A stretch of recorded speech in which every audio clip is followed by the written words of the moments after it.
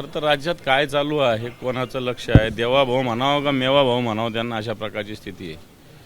पुण्यामध्ये मुरलीधर मोहोळ वेगळाच मेवा खात आहेत, जैन समाजाचं हॉस्टेल स्वतः घेण्याचा प्रयत्न करत आहेत. इकडे अजितदादांचा मुलगा महार हाडोळ्याची जमीन घेण्याचा प्रयत्न करत आहेत. एकीकडं अशा पद्धतीनं हा महाराष्ट्राचा एक लूटमार करण्याचा एक प्रकार या महाराष्ट्रात चालू आहे. पुण्यात तर तो सगळ्यात मोठ्या प्रमाणावर चालू आहे.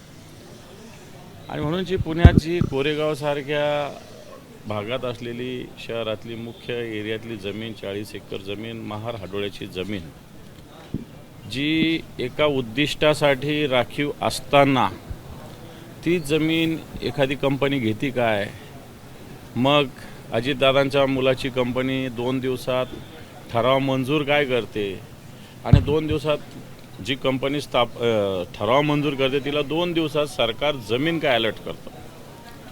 दुसरी गोष्ट, कलेक्टर सांगतात ही जमीन आमचीच आहे, परंतु एकीकडे सरकारने ही जमीन या संस्थेला अलर्ट केल्याची सुद्धा माहिती आहे. आणि म्हणून बरं, हे झालं एक प्रकार, अलॉट केली. नंतर त्याचं व्हॅल्युएशन काय?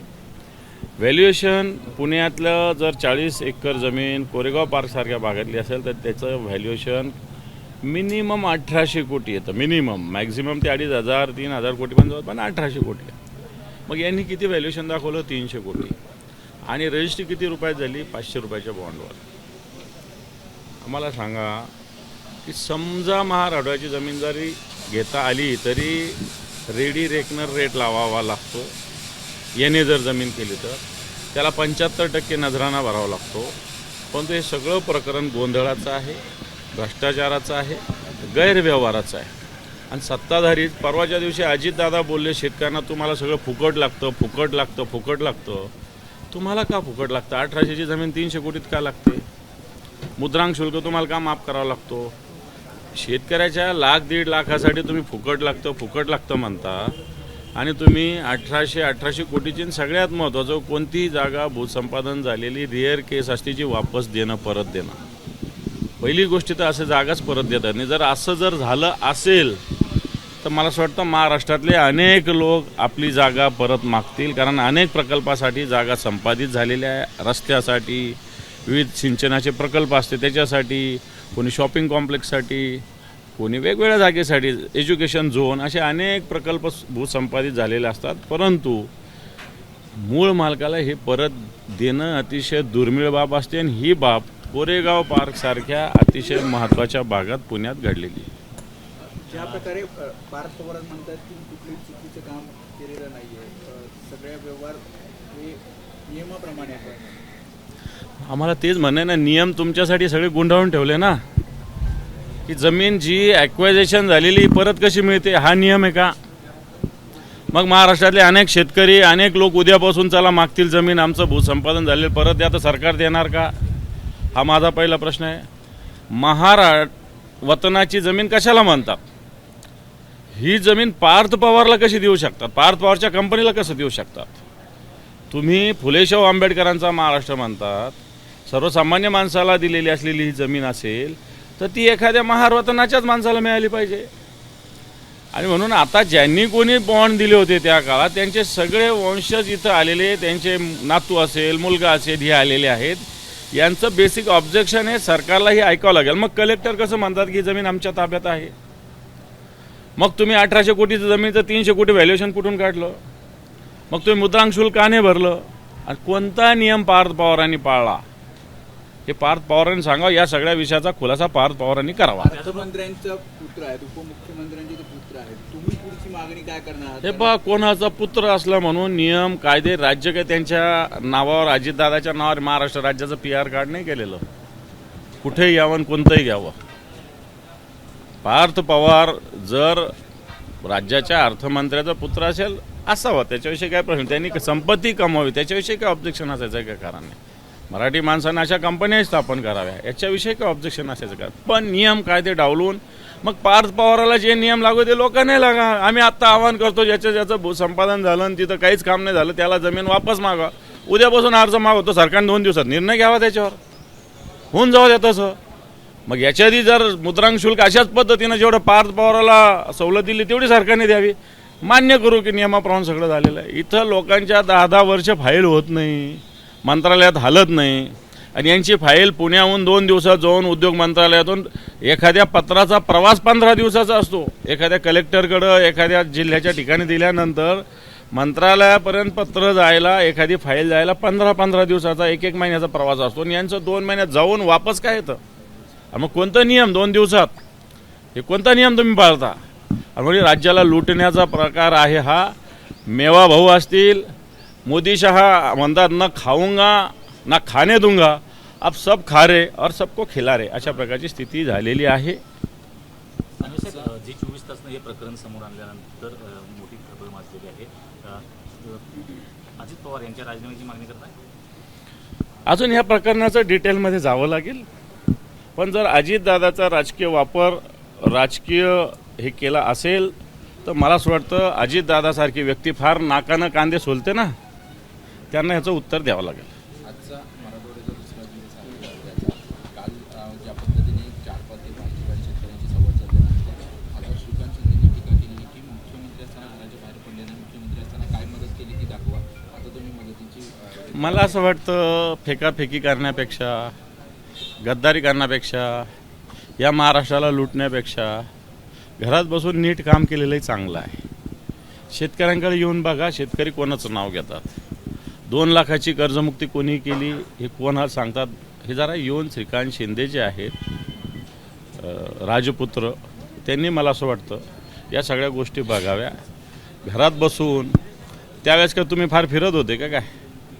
कोविडच्या काळामध्ये फिरत होते लोक, मोदी फिरत होते, शहा फिरत होते, तुम्ही फिरत होते, सगळे लोक घरात होते. आणि म्हणून मला असं वाटतं वारंवार अशा पद्धतीनं टीका टिप्पणी करणं हा चुकीचा प्रकार आहे. उद्धवजी ठाकरे साहेब जनतेतले आहेत, सर्वसामान्य शेतकऱ्याशी गावागावात पोहोचतात. गावागावात नुसते कार्यक्रम 25 असतील आमचे, पण त्याच्यापेक्षा 100 गावात ते थांबलेले, 50 लोक असले तरी तिथं त्यांच्या थांबलेले, त्यांच्या व्यथा ऐकलेल्या उद्धवजींनी. तेव्हा हा दौरा काय 25 गावाचा आणि मराठवाड्याच्या 8 जिल्ह्याचा नाही, तर जवळपास 50-60 तालुक्यामध्ये 100-150 गावात उद्धवजी थांबणार आहेत. तर श्रीकांत टीका करायची नेहमीचीच टीका, याचा अर्थ आमचा दौरा झोंबलेला आहे. पदाधिकाऱ्यांच्या काल बैठका सुद्धा, म्हणजे रोज बैठका सुद्धा घेतल्या जाणार आहेत आणि स्थानिक पदाधिकाऱ्यांचं म्हणणं सुद्धा ऐकलं जाणार आहे. धाराशिव, लातूर, बीड, काय नेमकं म्हणणं आहे? कशा प्रकारे रणनीती असेल आपल्याकडे? कसं आहे, माननीय उद्धवजी ठाकरे साहेब पक्षप्रमुख आहे. खरं तर हे खालचं काम करणं आमचं जबाबदारी आहे.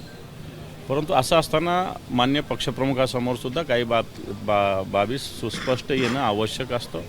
म्हणून काल आम्ही लातूर, धाराशिव आणि बीड जिल्ह्याच्या सगळ्यात आधी संघटनात्मक आणि नंतर राजकीय विषयाचा आढावा घेतलेला आहे. शिवसेनेनं कशा पद्धतीनं लढायचं, कुठं लढायचं, कोणत्या नगरपालिका टार्गेट करायचे, याची रणनीती शिवसेना पक्ष माननीय उद्धवजींच्या नेतृत्वाखाली ठरवतो. आघाडीसोबतच राहावं असं काही? आम्ही महाविकास आघाडीत, बाकी काही आमची रणनीती नाही. महाविकास आघाडी सोबतच जेवढं पॉसिबल आहे तेवढं महाविकास आघाडी सोबतच राहणार. आम्ही कुठेही, आम्ही कोणत्याही कार्यकर्त्याला बाकी कोणाबरोबर अलाउड करणार नाही. सत्ताधारी पक्षाचं ह्या 3 पक्ष सोडून कोणाबरोबर आम्ही अलाउड करणार नाही. पण महाविकास आघाडीच्या सगळ्या पक्षाबरोबर जावं अशा प्रकारची आमची रणनीती आहे आणि आम्ही तेच जाऊ. नाही, एक मिनिट तुम्ही काय विचारत होता?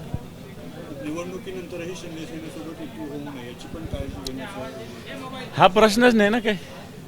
असं काही शिंदेच्या सेनेबरोबर जाण्याचा कधीच प्रश्न निर्माण होणार नाही आमचा. त्याच्यापेक्षा आम्ही बाजूला बसू, पण तो शिंदेच्या सेनेसोबत जाण्याचा कोणताही प्रश्न निर्माण होणार नाही. इतर पक्षांकडून देखील तयारी केली जाते. विशेषतः भाजपकडून ठाण्यामध्ये गणेश नाईक यांच्यावरती प्रभारी म्हणून जबाबदारी दिली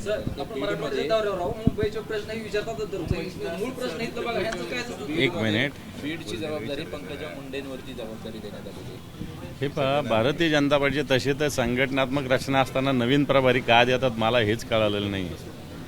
जसं संघटनेची जी सिस्टीम आहे ती सगळी फॉलो करत असते, त्याला कोणी प्रभारी वगैरे होणं, मला असं वाटतं यांनी काय होतं असतं मला तरी माहिती नाही. सर, खरडून गेले जमीन आहेत त्याचं सरकारनं तरतूद केली, पण 1 रुपया देखील सरकारच्या खात्यावर आलेला नाही. विहिरीच्या संदर्भात बुडलेल्याच गावाने वाहून गेल्या जे विहीर आहेत ते तरतूद काय सरकार? हे पहा, जी खडून गेलेली जमीन आहे याला सरकारने 3,47,000 रुपयाची घोषणा केलेली आहे. घोषणा केली परंतु त्याचा जरा पूर्ण ऐकाल का जरा का तुम्हीच बोलाल. 3,47,000 रुपयाची घोषणा केलेली आहे, पण तो अजूनही खडून गेलेल्या जमिनीला 1 रुपयाही मिळालेला नाही. NDRFच्या निकषानुसार 47,000 रुपयेच आहे. 3 लाख रुपये म्हणजे दिवा स्वप्न आहे. मनरेगाच्या कशा पद्धतीने BDO काम करत नाही, ग्रामसेवक काम करत नाही, ग्रामसेवक तो रोजगार सेवक काम करत नाही. कारण गावकी अनेक गोष्टी त्याच्यात असतात, त्याच्यात कुशल अकुशल अनेक विषय असतात.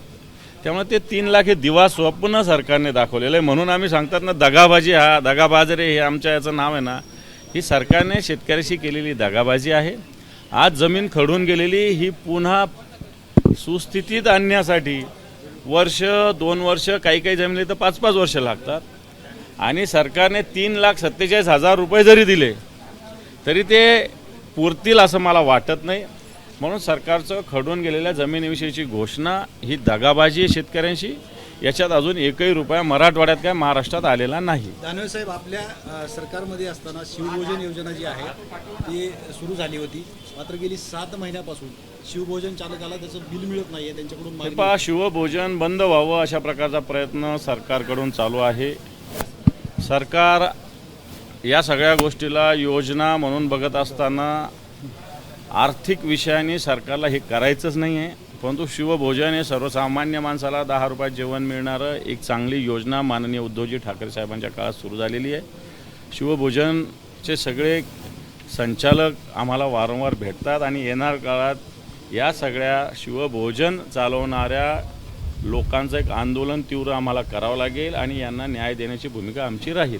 विम्याच्या संदर्भात जर आपलं सरकार होतं त्यावेळेस 4 प्रकारचे नियम होते. त्यामध्ये अग्रिम जर नुकसान झाली तर 50% अग्रिम रक्कम मिळण्याची सोय होती, परंतु ते 4च्या 4 त्यांनी नियम हे बाजूला पहा, काढले.